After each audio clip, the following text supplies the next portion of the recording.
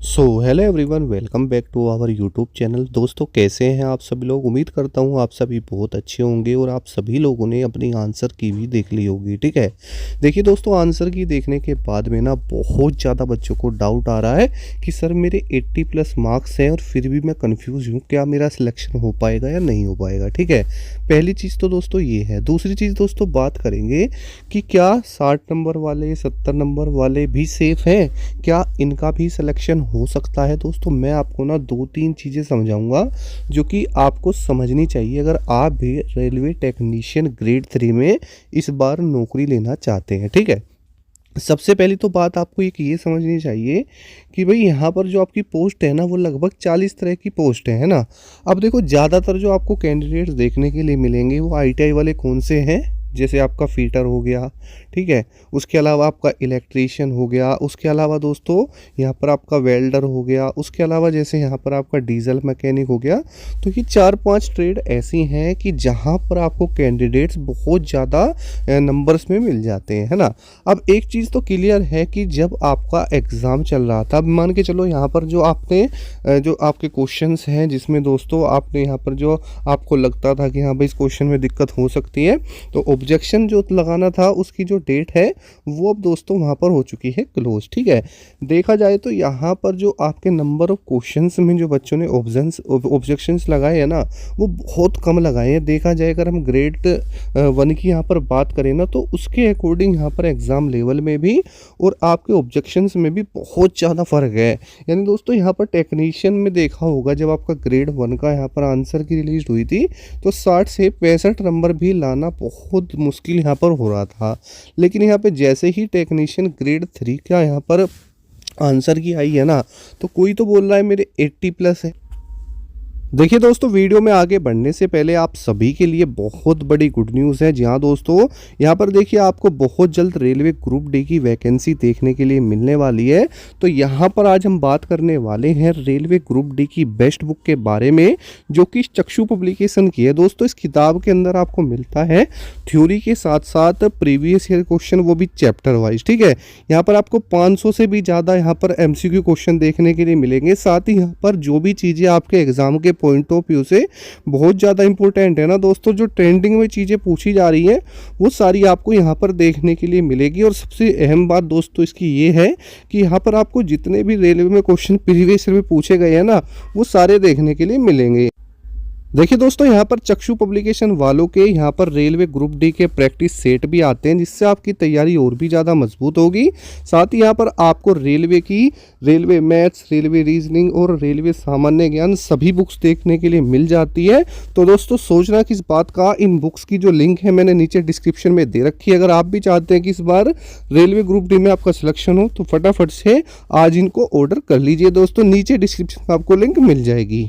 है, कोई बोल रहा है 85 प्लस है, यहाँ तक कि 90 प्लस वाले भी बहुत सारे स्टूडेंट यहाँ पर देखने के लिए मिल रहे हैं। तो बेसिकली इस हिसाब से तो अगर देखा जाए तो आपकी जो कट ऑफ है वो तो दोस्तों आपकी 100 प्लस चली जाएगी, क्योंकि भाई अभी तो नॉर्मलाइजेशन भी आपका होना है। ठीक है, तो ऐसा नहीं होता है भाई, मेरी बात ध्यान से समझो। भाई देखो, सबसे पहली बात तो यहाँ पर एक ये रहेगी कि जो आपकी कट ऑफ जाएगी वो आपकी पोस्ट वाइज रहेगी। क्या रहेगी दोस्तों? पोस्ट वाइज अलग अलग आपकी कट ऑफ रहती है, जोन वाइज अलग अलग रहती है। यानी बहुत सारे जोन ऐसे भी होते हैं जो कि दोस्तों लो कट ऑफ जोन होते हैं। यानी रेलवे के अंदर भाई बहुत सारे जोन्स होते हैं, तो कुछ में तो आपकी लो कट ऑफ रहती है, ठीक है, किसी में दोस्तों नॉर्मल रहती है, यानी ज़्यादा ना तो लो होती है और ना ही ज़्यादा दोस्तों हाई होती है। ठीक है, अब जो स्टूडेंट अपने ऊपर विश्वास रखता है या फिर जिसके 90 प्लस मार्क्स बन रहे हैं ना दोस्तों, तो उसके अंदर इतनी वो काबिलियत रखता है कि वो अपने किसी ना किसी नज़दीकी जोन में अप्लाई करेगा कि मुझे अच्छी जगह नौकरी चाहिए। बात को समझना, पहली पॉइंट की बात तो ये हो जाती है ना।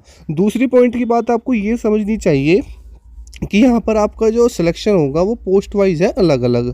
अब पोस्ट है आपकी दोस्तों 40 तरह की, है ना। तो यहाँ पर बहुत सारे स्टूडेंट ऐसे भी होंगे जो कि कॉमन पोस्ट पर होंगे, यानी वो कॉमन पोस्ट पर होंगे, यानी अब अलग अलग पोस्ट पर एक ही बच्चा होगा, तो वहाँ पर 1:1 का रेशियो बन जाता है। क्योंकि यहाँ पर सिलेक्शन प्रोसेस में भी आपको देखना चाहिए कि ये तो है नहीं कि यहाँ पर आपको 10 टाइम्स स्टूडेंट्स मिल जाएंगे नेक्स्ट स्टेज के लिए, क्योंकि यहाँ पर आपका 1:1 का ही यहाँ पर रेशियो है। अब यहाँ पर आपको कुछ पोस्ट ऐसी भी है जैसे ब्लैक स्मिथ हो गया, इस तरह की बहुत सारी पोस्ट आपको दोस्तों देखने के लिए मिल जाती है जिन पर बच्चे जो है ITI वगैरह कम करते हैं। ठीक है, अगर कंपटीशन की दोस्तों मैं बात करूं तो लगभग 16 लाख बच्चों ने यहाँ पर आपका एग्ज़ाम दिया है और लगभग 14,000 समथिंग आपकी वैकेंसी है। तो ये तो बात क्लियर है कि कहीं ना कहीं भाई देखो डाटा तो ज़्यादा है ही, लेकिन भाई बिल्कुल भी आप ये मत सोचो कि अगर आपके 60 नंबर है तो आपका सिलेक्शन नहीं होगा। दोस्त अगर आपके 60 या 70 के आसपास भी है ना और आप किसी ऐसे जोन से बिलोंग कर रहे हैं जहाँ पर लो कट ऑफ जोन रहती है, या फिर किसी आपने ऐसी पोस्ट के लिए अप्लाई किया है जहाँ पर नंबर ऑफ कैंडिडेट्स कम होते हैं, या फिर कोई ऐसी पोस्ट है कि जहाँ पर जो उसके लिए योग्यता है यानी एलिजिबिलिटी है उसके लिए वहाँ पर बहुत कम देखने के लिए बच्चा मिलता है ना। तो इस चीज़ से बहुत सारा फ़र्क आपको देखने के लिए मिलेगा।